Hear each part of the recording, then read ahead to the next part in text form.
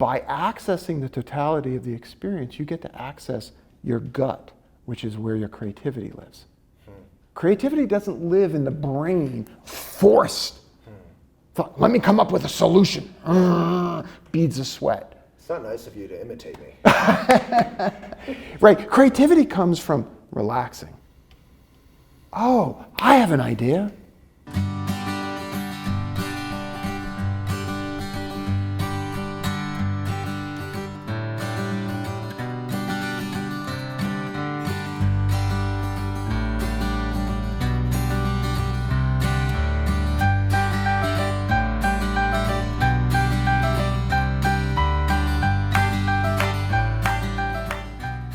Okay, I'm honored to be here today with Jerry Colonna, who is from, where were you from? I don't remember. Manhattan, was it? Oh, you're really trying to get me going. Brooklyn, baby. Brooklyn's in the house. Brooklyn. I wasn't sure. Flatbush, deep in the heart of. Yeah, and so we're, I think, both honored to be here at Naropa University. You're the board chair. We're in the board meeting room, conference, boardroom, they call it. And although we never have our board meetings here, but that's okay. Really? Yeah. It's a beautiful room. So we could start with what some people call the Naropa bow, but it's basically just a secular way to, it's a great tip for entrepreneurs and business people. Start your meetings and end your meetings with some sort of formal moment. We do it all the time at our boot camps. Great. So just take a good posture and then relax that good posture so it's not rigid, and find your breath. And then just connect with your mission. Connect with the earth below. You can kind of move your sit bones a little bit. Connect with the heavens or the realm of inspiration or vision above. The realm of insight, which we entrepreneurs depend on. And then connect with your breath and your heart. And connect with those you're bowing to. So viewers, you can bow to Jerry and his wisdom. Let's bow to all the people who are suffering right now. So we're in the middle of the Nepal crisis and many other crises around the world. So you can bow to everyone who's suffering.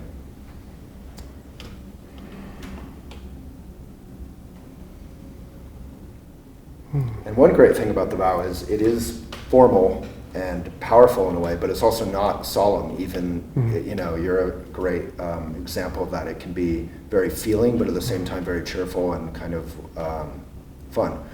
And then secondly, I tried to get shoehorn Jerry into doing this, but a brief moment of meditation, which can be very helpful for entrepreneurs, doesn't need to be a hippie, weirdo, spiritual thing. Again, it's just connecting with the present moment, which is, again, where we have our insights and can de-stress, hopefully. So I'll lead you through that for about 20 seconds. So again, take a good posture, eyes open, hands can be on your thighs. And relax your posture.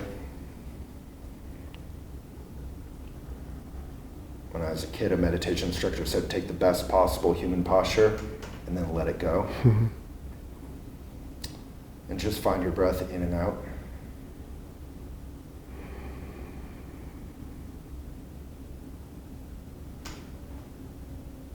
And almost like a video game, you can just have awareness. The first thought that pops into your mind that takes you away from the present. It's not viewed as a bad thing, but just notice it and return your attention to your breath in and out.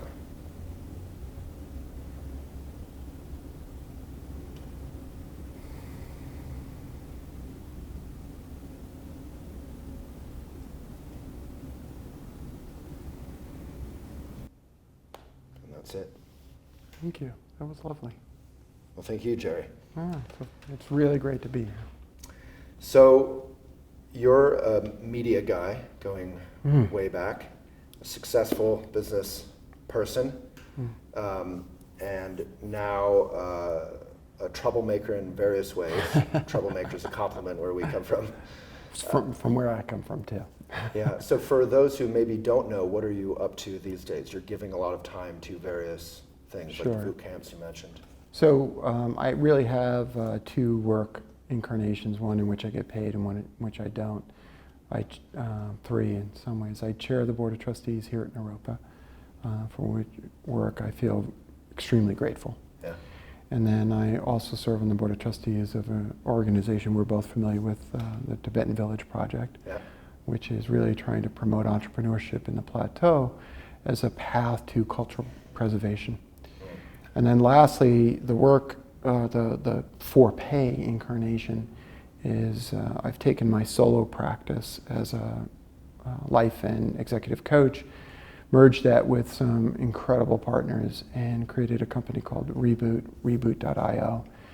And I'm laughingly the CEO of that. And I say laughingly because I'm a very reluctant CEO. And what we do at Reboot is really a focused, it's a coaching company really focused on the conversation around the existential challenges of work, particularly being an entrepreneur. So I was telling you briefly before we turned the cameras on, because I don't like to be open on camera. That's just for off camera. That's until I get started with you. Yeah, exactly. I've heard about you. I'm on to you. You're not going to make me cry. He's starting already? I know. I was just checking. Is that we entrepreneurs, kind of the romance of burning yourself out and working 7 days a week based on, making an idea into a reality that customers or readers, in my case, can connect with, is so exciting. Seductive. Seductive. And we tend to jump into it, and we, the sort of romantic cliche is that you wear the same t-shirt that doesn't fit very well like 8 days in a row, and you eat all day old pizza, and you drink too much coffee, and you stay, and you hammer away, and eventually then you're like speaking at TED Talks, and you're this great hero. And you've achieved nirvana. And you live happily ever after. Amen. But what happens along the way is, I've been at Startup Week this week a lot. A lot of entrepreneurs are talking about how, before they know it, they're bosses. They never wanted to be bosses. They just had an idea and wanted to make it happen. Right. They're not good at being bosses. I'm certainly not good at being a boss. Right. Looking at my staff. And then, there's burnout, and there's depression, and there's aggression when you don't get what you want, and there's also a lot of tenderness beneath all of that. The genuine heart of sadness, as Trungpa Rinpoche wrote. So I feel a little bit like I'm sort of, going to Oz, and for the first time, I think I've interviewed a lot of business people who do good things in the world, but I've never had the chance, Jerry, to talk with someone who, it's not exactly therapy or therapy is, Right. but it's something more and less than that. It's sort of, what do you call it? Is it spiritual coaching or? Well, it's coaching. It's within the container of coaching, but I'll tell you a quick little story about that. I once wrote a blog post called "What Do You Do?" And I imagined myself responding to a TSA agent who asked me, what's your profession? And I said, well, I live at this odd little nexus between pragmatic business, practical awareness and consciousness. A sort of psychotherapeutic approach, which, although I'm not a therapist, but I have spent 30 years almost in psychoanalysis. And then now a 12-year meditation practice, and really a deeper practice, because as you know, it's not just about being on the cushion, but really took my refuge vows in the Shambhala tradition 12 years ago. Wow. And one time I had the great good fortune of having tea with Pema Chodron. Pema Chodron is a wonderful Buddhist teacher. Wonderful teacher. My gateway drug into Buddhism. Yeah. And I said, in a very ego-driven way, I said, Pema, I don't want to really serve on the board of directors and leadership positions in these Buddhist organizations. I'm just a student. It was all bullshit. It was my ego. And she called me on it. Was your ego being self-deprecating? Yes. Huh. It's That's a smart it's ego. a wily ego, right? She's like, pay no attention to me, pay attention to me. Right. And she looked at me and she said, why are you fighting your karma? That's not the path to happiness. And my karma is to lean into this funny place of overlap between kind of a spiritual awareness, a psychological awareness, and very pragmatic business awareness. We need to make a Venn diagram. You've probably already done I'm that. right in the middle there. right in the middle. Yeah. And really, what we do at Reboot is built around that. And the very core principle is what I call radical self-inquiry. And so there's so much here already. Yeah. So first of all, I think every entrepreneur has that Venn diagram, but we just don't look at the spiritual or we do when we have to, when we get... Or when life smacks us upside the head and we have no choice. Well, Trungpa Rinpoche, the Buddhist founder of Naropa University, would always say depression is and he didn't mean clinical necessarily, but depression is a message that you can't ignore. Yeah. It gets to a point where your being is so sick of your speed or something, it says, okay. Yeah. Well, our now mutual friend, Parker Palmer, whom I know you've had some time with, once wrote in Let Your Life Speak, that quoting his therapist, his therapist said to him, Parker, can't you see that your depression is the hand of a friend forcing you to sit down and look at your life as it is right now? Sounds like Trungpa Rinpoche. It's humiliating. It's humiliating. Yeah. Well, the definition we use with radical self-inquiry is the process by which skillfully and compassionately all the masks that we hide behind are stripped away. And the interesting thing for my clients... That's what's radical about it. That's what's radical about it. That was my next question. Why is it radical? It's radical because no bullshitting. Right. Can I bullshit a little, though? Just No. a little? No, not if you actually want to be an effective leader. Right. And that's the part that people get lost with, is that is a core principle of being not a leader like Steve Jobs was. Because guess what? You're not Steve Jobs. Yeah. Being Waylon. Yeah. And what is Waylon? That's an interesting question. Steve Jobs wannabe. Why do you want to be? No, I'm kidding. Right? Yeah. And what's motivating you? Yeah. Like, who the hell am I? And what kind of adult do I want to be? Well, not that you're asking me directly, but to make this concrete so that people can relate to it, not just philosophically, I think to answer that question, I read this article by Parker Palmer in preparing to interview him that he said, most fundamentally, many of us, I don't know if he's saying all of us, but many of us want to be used fully. To be of benefit, not used in a bad way, but we want to be useful. Yeah. And I think that's where I came from. I don't even really care about business. I want to make enough money so I can have a decent life, have children, that kind of thing, pay my bills. But basically, I want the world to stop suffering unnecessarily quite as much. Right. There will always be and suffering. there is the paradox. Because when you are relentlessly driven as an entrepreneur, when you drive your employees insane with your crazy requests, what's really behind that aggression is actually a genuine heart of sadness that's connected to purpose and meaning. Yeah, it's heartbreaking. It's heartbreaking. But you just don't stop to look at it enough. That's right. And what I find is that most of my clients suffer because they get disconnected from that sadness associated with purpose and move too quickly into the aggression. Yeah. Yeah, one thing we talk a lot about with Elephant staff culture is actually like one of our 2 or 3 basics, and it's a practice. It's like something, as you talk about the practice of entrepreneurship. You don't get it right, but it's a reference point, and you take swing after swing at it. One is the Buddhist Lojong mind training slogan, drive all blames into one. And that helps when things go off the rails, as they do from time to time. Maybe not often, but from time to time they really do. Instead of just yelling at everybody and hating everybody and them yelling at me and hating me, and then it becomes this sort of, Trungpa Rinpoche talked about blame as a hot potato that gets bigger and bigger because no one will sit on it. Yeah. You just say, well, and then you can connect with that genuine heart of sadness, right? Yeah. Well, how can I own this? Yeah, there's a talk I do, and I just did it at Boulder Startup Week, and one of the key points that people, we talk about the sources of suffering, and one of the first things I do is I throw up there in the list of 5, and I say, people. And everybody laughs, and then I quote Sartre who said, hell is other people. Yeah. And then the question I ask them to consider is, who do you hate? Because following the hate can lead to a radical self-inquiry.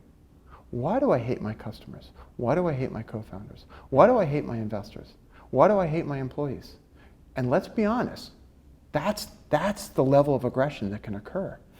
And one person the other day raised his hand and said, I hate them because they remind me of how inadequate I am. There we go. Now we're on the path to leadership. So on a concrete level, why is that the path of leadership? Because you're Being not honest or bullshitting. something? Right. Because you're showing up authentically in the fullness of yourself. Right. You're a Naropa grad. Yeah. You know that's, well, you're a Naropa former I student. got kicked out, but yeah. Okay. Yeah. But you know the power, the warriorship implicit in actually showing up as a broken-hearted human being. And that, if you can lead from a heart-filled place, not the aggression, which is really a cover and a mask for it, you get to connect back to purpose, and you get to connect to the most powerful source of creativity you know as an entrepreneur, your denied self. The part of you, like, why do you care so much? That's the underlying mission of Elephant Journal. So, and what's practical about that, it kind of blows me away, is you actually, and Trungpa Rinpoche and all these people mean it literally. Like if we're Literally. brokenhearted and raw and all Literally. that all the time. Yes. that's Well, what we we're are. doing. Yeah. That's the thing. Right. And you want a very pragmatic and practical thing? I like to quote my son Michael, who's now 17, but he was 15 when he said this to me. He said to me, Dad, what's really going on with you? And then I did the dad thing. Oh, I'm going to take care of him by not telling him the truth. And he said, Dad, you better tell me the truth, because if you don't tell me the truth, I'm going to make shit up. And the shit I make up is going to be negative about me. And that's what employees do. You better tell them the truth. Because if you don't tell them the truth, they're going to make shit up, and they're going to dress up their resumes, and they're going to walk out the door. But making shit up isn't, I mean, there's an interesting process in being a boss, in that you can't just say whatever is on your mind. That's right. You Because can't that place might the be- bird. That's yeah. right. You can't turn them into the object or a projection of your shit. That's why radical self-inquiry. You actually You have to come back to the You have to come back to genuine heart of yourself. sadness. That's right. Think of what Parker Palmer teaches. It's a Mobius strip of the inner and the outer, simultaneously. Inner and outer. Inner and outer. The Mobius strip is that like a piece of tape. You take that twists. tape thing, and if Yeah. you follow it, there's actually no inside and no outside. It's actually one. Right. And that's what we are. And that's what we are as human beings. So to entrepreneurs who don't give a shit about meditation or Naropa or any of this stuff, but you're from Brooklyn, so they trust you and you've had success. Why is all of this actually practical? How does this actually help? Well, what I say, when I use the term radical self-inquiry, there's a little formula I work with. Practical business skills, practical skills development, plus radical self-inquiry, plus sharing of those experiences equals enhanced leadership, Yeah. and this is the one that's most important, greater resiliency. And this is the part that blows people away. I don't really give a shit if people's companies succeed, because companies are going to succeed and fail, just like the weather changes. What I care about is that they are able to survive the process. Because from my shadow, I was 38, dove deep into a depression because I had not resolved my existential work angst. And I am over and over again trying to save other people. Is it neurotic? Absolutely. Embrace it. Right, don't fight it. Don't fight it. drama. But also don't just play it out blindly. And don't turn everybody else into an object of my own neurotic tendencies. Right. That's me taking my seat. Right, because then your service on the board is just an expression of your unmet whatever it is. Of your neurotic tendencies. Yeah. Of your unacknowledged piece of work. Yeah. So this, really what it's about the practice of entrepreneurship is about the self-actualization of the human being. Wouldn't it be amazing if work was not some dreadful obligation and means for the rest of our life, but the means for the fullness and creative expression of your soul? Imagine that. And it is. Well, that's right. Yeah. Essentially, that's what it is. Yeah. And why not embrace that? Instead of shoving it into a little box and saying, maybe on the weekend I can do something interesting. Right. Exactly. I'll do a kind of interesting blog post. Right. And that's always a big point of debate among entrepreneurs, because we kind of love what we do. Yeah. It's hard and it's brutal and there's defeats and victories, but we kind of love it. And the other day I walked into some thing. I don't remember where. And I was like, man, I've been working for 12 straight hours. I'm like, wow. No sleep till Brooklyn. But then, yeah. And then I actually caught myself and I said, well, that makes it sound bad. Like I actually have been loving it, you know? So maybe I should call it playing. Like if you said, and I said this, I was like, imagine if you said, I've been playing for 12 straight hours. And it's awesome. People would be like, wow, cool. Right. You know? Right. So what are a few takeaways that people can practice in their meetings or in their, you know, they're working 7 days straight or when they're angry or depressed? What are a few takeaways? There's a couple of things that we do both at our company, but also practices that we highly recommend with our clients. And one is, you know, it really is an extension of that notion of radical self-inquiry, really checking in with yourself before you start a meeting. Like, where am I? You know, if you see a talk that I do in public, oftentimes I will actually say to the public, this is where I am. I might be anxious, I might be thinking about this. Not to take the focus of the meeting off of what's going on, but onto that. So a great example of this, I remember I was doing a client meeting, facilitating a client meeting for a client company in Berlin. And one woman came in and you know, I just had us all just sit in a circle for like 3 or 4 minutes and say, where are we? And she walked in, she said, I'm totally late because my 3-year-old just got a diagnosis of depression. And she burst into tears. Wow. Now, we did not turn the meeting into an emotional support group for her, but having that context of where she was means that if she kind of drifted away during the meeting, we gave her some slack. And also for her, she could connect her reality. Exactly. She could acknowledge it. She could ventilate the feeling, and then she could actually show up in the meeting fully. Because entrepreneurship is hard enough. Yeah. Why are we like not showing up with our full selves, even the parts that are hard? So we do this all the time at Reboot. When we start a meeting, it's like, where are you? Okay, are you here? Yeah, I'm here. No, I'm actually kind of distracted. Oh, no. So simple little thing. You know, we bowed at the start of this. Yeah. One of the powerful things of a bow, and I've actually had board meetings that started bows, and not just at Europa, is it pulls everybody here. Because the pull, you were joking before about attention deficit disorder, the pull to be elsewhere is constant. Yeah. Watch, I can induce this immediately with your audience. Your email inbox. Everybody just freaked out. Yeah. Because they were paying attention to me and now they have to go look at their inbox. Right. So pause. Yeah. Come right back. Simple little practices. Yeah, you better check your phone. You might have a text. There you go. There you go. Right. Watch what happens in a meeting when one person gets a text message. Everybody's got to get It's like itchy. a cough or a That's right. hiccups or That's something. right. So just bringing your awareness to that doesn't have to be a meditation. Choice. Am I going to stay here or am I going to jump someplace else? Very pragmatic, simple little tools.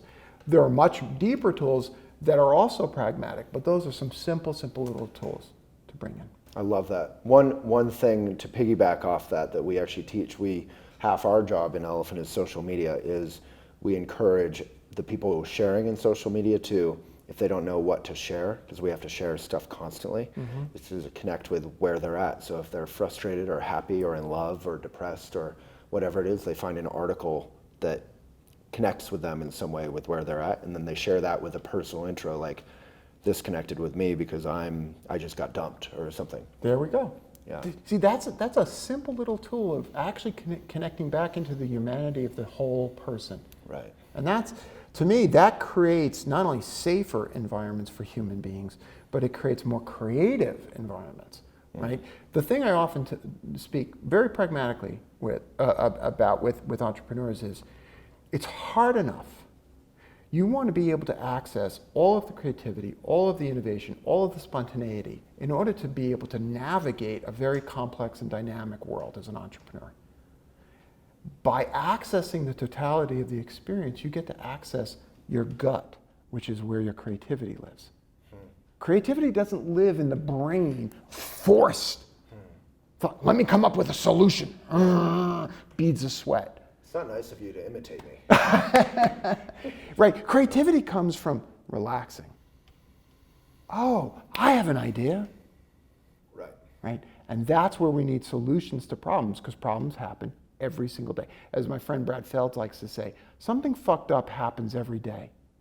How do you access the ability to deal with the fucked up thing that happens every day, except to drop into the totality of who you are? So do you recommend that people, I mean, maybe it's obvious, but go for a hike or Yeah. take a break instead of just like trying to work through brute force, like you were saying? Brute force never, ever comes up with the best solutions. It's actually the relaxed mind that accesses things. So that may mean putting your feet up on the desk. It doesn't have to be go to Sanitas and go for a hike. Right. It means just relax. But perseverance and focus also is a huge part of it, right? No? Look at that. Really. When you came up with the idea for Elephant Journal, it was after years and years of persevering, wasn't it? Bullshit. Well, not the idea, but the man. Oh, not the idea. But building it. Whoa. I'm talking about solutions to problems. Solutions to problems are ideas. We access ideas by relaxing the mind. Yeah. Not True. too tight. I agree with that. Not too, right? Perseverance is about execution. Yes. Now, I'm let's just talk about saying- execution for a moment. So, if I may, just referencing David Cohen, who I know you know. Yeah. Do more faster. No, Two- sorry, yeah, just kidding. exactly. Well, 2 days ago, he was like, someone asked him, like, what are the major causes of failure, perceived failure? You know, even that word is complex. But he said, well, here's a couple causes, partners not getting along, whatever. Co-founder conflict. Yeah, but he said, but one of the big ones is you have the idea, you have the romance, and then there's actually the work. Right. And the work is hard and it's boring sometimes. Yeah. And we have that ADHD and we want to just like go do Yeah. yoga or whatever. Sometimes you have to do the hard stuff, right? I Yes. guess that's what I'm trying to say. So what did you learn? What do you know about meditation? Is meditation about persevering, and what is meditation about? Well, it is about doing it again and Doing again. doing it again. It's But doing the work. definitely not The being hard on yourself. Exactly. Yeah.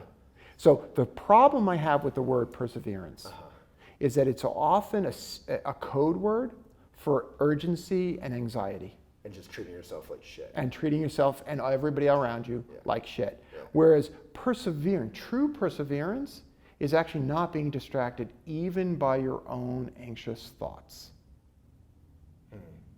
Right? Because sometimes people make the mistake of believing their anxious thoughts. And as we all know, Yeah. don't trust your mind. Well, we do that our whole life. Our whole life, Yeah. right? Yeah. Whereas if we know that 90% of what we think is kind of nonsense, Yeah. then Yeah. persevering under this notion of bearing down with the mind actually only exacerbates the problem. Yeah, the Sakyong, who you know, is Trungpa's son, and I think the wisdom chair here at Naropa, I believe. And lineage holder for Shambhala. Lineage holder, thank you. So he would say often, you can drive your mind, you can rule your mind, and it can be an ally, or it can rule you. And Exactly. if it rules you, like as an entrepreneur, you can stay away from having any good insight for a long time by just being hard on yourself and doing the work. That's right. But it's not helpful, actually. That's right. In fact, what I have found is by actually working with those emotions, your ability to execute becomes much clearer. Execution is radically important. I often think of that warrior stance that we've been taught, right? Warrior stance is not just the soft, open heart of the lineage. It's the strong back of discipline, focus. It's both simultaneously. But discipline, which is a word we love, what's different between that and perseverance to you? Discipline and perseverance are similar. Yeah. The question is how much fear is actually hidden behind it. Sometimes we use discipline as a cover for aggression, which is really a cover for fear. That's not appropriate. So becoming friendly with the fear and then using discipline where it's necessary. Execute. Now go Becoming do. friendly with the fear. Becoming It's very friendly with Pema fear. right there. Well, Yeah, that's my teacher. I know. We all owe her a little bit. Amen, brother. Yeah. All right. Well, Jerry Colonna, thank you so much. Thank you. It's really been a pleasure. I'd like to do 3.5 more hours because this is free. No, the bill's coming in the mail. Yeah. So it has been cold in here. Let's go for another. Yeah, Brooklyn in the house, baby. Yeah. I see I've that. been wanting to do that the whole. Oh, I stole this from Bill. Yes, Brooklyn, baby. There we go. That's right. All right. And when you're lost and you can't figure out what to do, just look to Brooklyn. We Yeah, got all exactly. the answers. Yeah. A Brooklyn state of mind. That's it. That's it. For Jay-Z, really, he's coming close to Yeah. it. New York is a little too gentle. You know, it's a little... Yeah. Awesome. Well, Jerry, thank you. Thank you. It was a Yeah, and pleasure. I appreciate your offer so much on camera of free consultation for that. You have no idea how expensive I am. No, I do. Yeah, that's why I'm getting it on camera, even though you didn't agree to it. Damn it. Awesome. Well, thank you. I want a hug. All right. Let's bow out first. Okay. And then a hug. I'll take it. Okay, now what we teach Okay. is left side, so that's heart to heart. Oh.